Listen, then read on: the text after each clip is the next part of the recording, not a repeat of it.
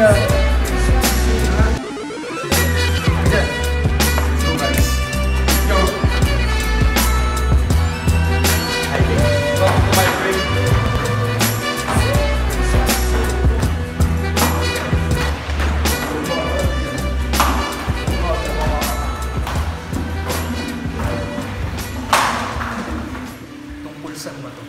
Guys, sino nga ba talaga si Francisco Balagtas? Francisco Balagtas? Si Kuya Francie? Pitay, man! Pitay! Kapatintero kayo ng bata eh. Anyways, si Francisco Balagtas, pinanganak siya ng ikalaw ng Abril noong 1788 sa baryo Panginay, Bigaan, Bulacan. Layo-layo yun ha. Pwede na nga rin yan. Mag-Uber ka pa. Bunso siya sa 4 na kapatid. 4 na kapatid. Sipa. Anak siya ni Juan Baltazar na isang patay. At si Juana de la Cruz. Nag-aaral siya sa isang parokya sa Bigaa at sumunod sa Maynila noong kabataan. Nagtrabaho rin siya bilang isang katulo sa Tondo, Manila. Liban doon, nung nagbibinata siya, natuto rin siya magsulat ng tula kay Jose de la Cruz. Kinilala siya bilang isa sa napakagaling na makata sa Tondo. Isa siyang lumipat siya sa Pandacan kung saan nakilala niya si Maria Asuncion Rivera na naging inspirasyon sa kanya para gumawa ng tula. So, yun nga, gumagawa siya. Breezy siya. Tapos, nung medyo tumatanda na siya, nakulong siya dahil sa akusasyon. Kung saan, nung nakulong siya, doon niya sinulat yung Surante at Nauna sa bilangguan. Nung kanyang pagkawala sa bilangguan, noong 1838, na-publish na niya ang Surante at Nauna. Lumipat siya sa Balanga, Bataan, noong 1840 na naging Assistant Justice of Peace at noong 1856 sa Major Lieutenant. Siya rin ay naging tagapagsalin sa court. Translator siya. At huli, nagpakasal siya kay Juana Tiambeng noong ika-22 ng Hulyo 1840. Ngayon, marami niyang parangal dahil sa marami niyang ginawa. Alam mo ba, kilala siya bilang William Shakespeare ng mga Pilipino. William Shakespeare. Nakilala rin siya ng bahayagang Kastiliano. Yung mga laban pa ng Kastila at Queen. Tapos ngayon, ang debate form ay tinatawag na balagtasan na galing sa kanyang pangalan. Nanalo siya ng isang parangal sa kanyang parangal nung bata pa lang siya. At nagtapos siya bilang isang valedictorian sa Madrid. Oh my God, Madrid.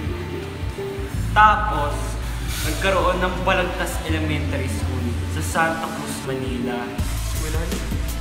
Tapos, makita ang Plaza Balagtas sa Pandacan, Manila, kung saan halos lahat ng kali ay pinanganak sa tauhan sa Surante at Nauna. Ang Biga, Bulacan ay naging Balagtas Bulacan dahil lang sa kanya. Grabe, galing ni Idol. Yun na yun doon. Pakipaniwanag po ang pinakasikat na tula ni Francisco Balagtas.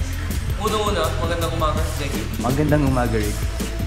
Ngayon, ibabahagi namin sa'yo ang pinakasikat na tula ni Francisco Balagtas, ang Florante at Nauna.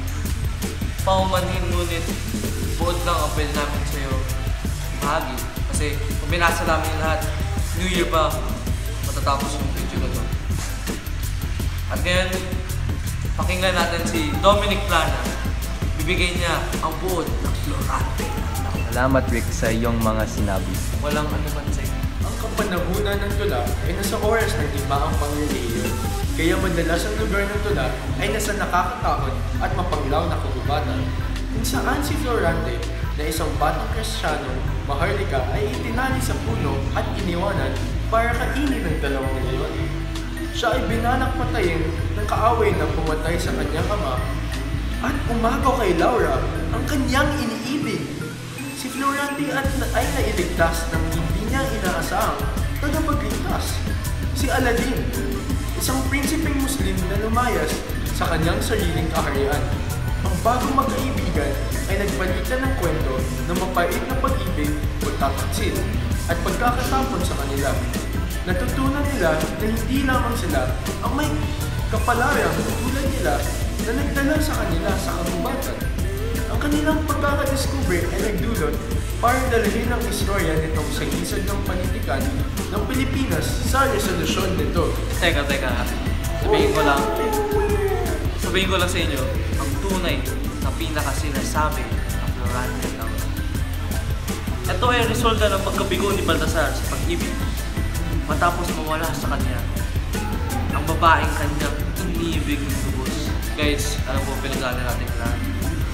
Kaya baka makarelate kayo sa story.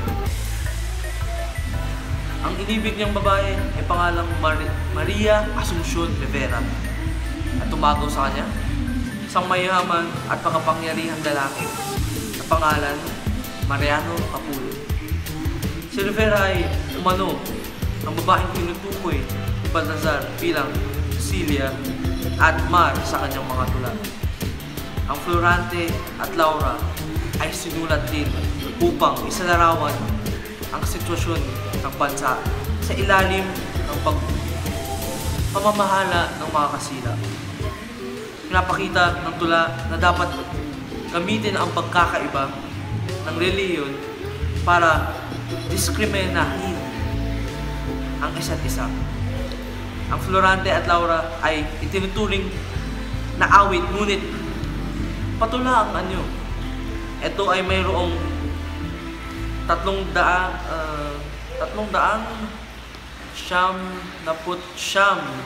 na saknong at nakasulat sa isang makatang paraan na may mga sumusunod na katangian. Isa sa mga pinakasikat niyang tula ay ang kay Celia. Ito ay isang bahagi ng Florante at Laura kung saan hinahanap ni Balagtas ang dati niyang minamahal na si Celia. Isa pa sa mga sikat na tulang isinulat ni Francisco Balagtas ay ang Puno ng Salita. Ang kagubatan ay inilarawan na madilim at may malalaking puno. Bawat isa sa mga punong ito ay may mga bagay na may tinik at pag kinain mo naman ang bunga nito, ikay magkakasakit. Ang mabahong amoy sa kagubatan ay sanhi rin sa mga bulaklak na nandito.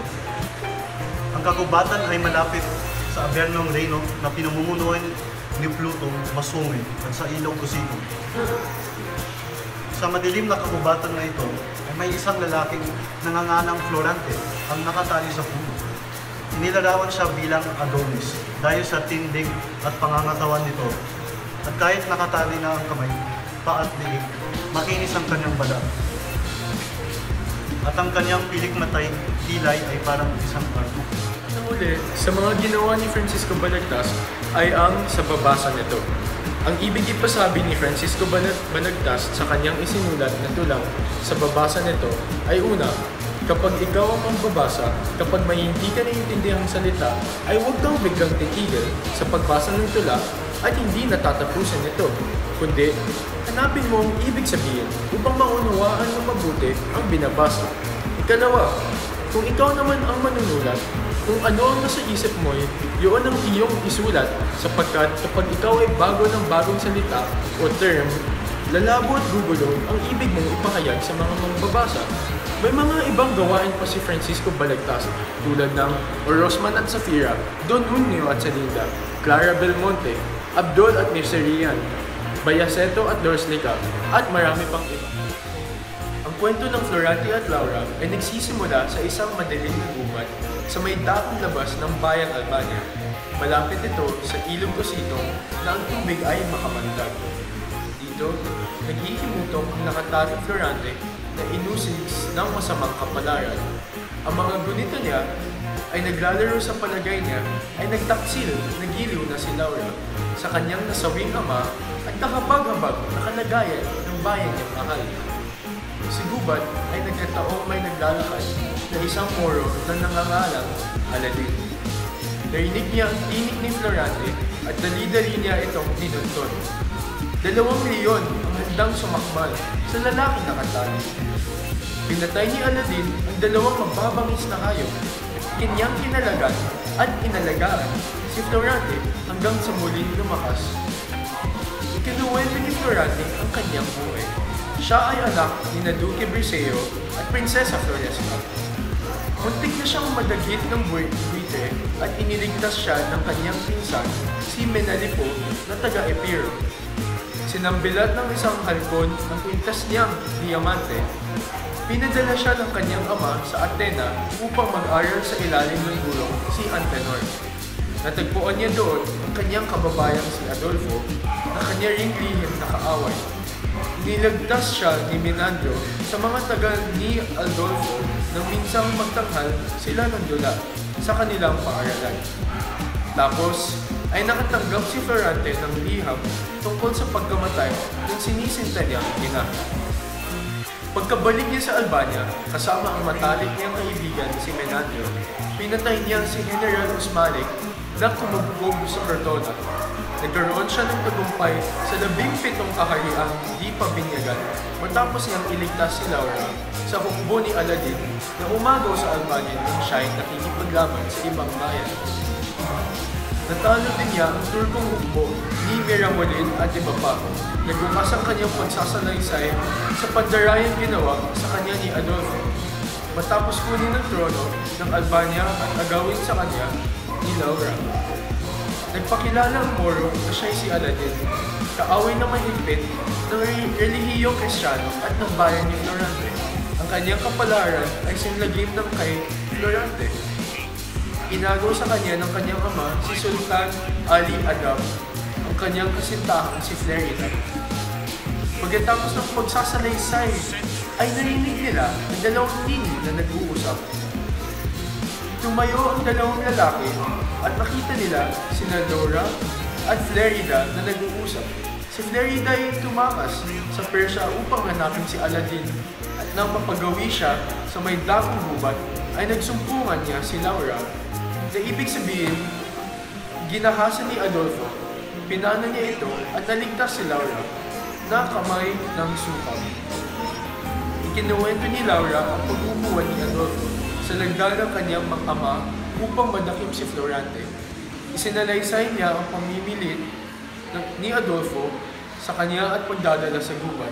Sa ganon, ay nabatid ni na Florante at Aladdin na ang kanilang mga kapitan ay pawang tapat sa kanila. Sina Florante at Laura ay matagumpay na naghari sa Albania at sina Aladdin at Flerida pagkatapos na maging binyagan at pagkamatay ni Sultan Ali Adam ay naghari sa Persia. Maraming salamat!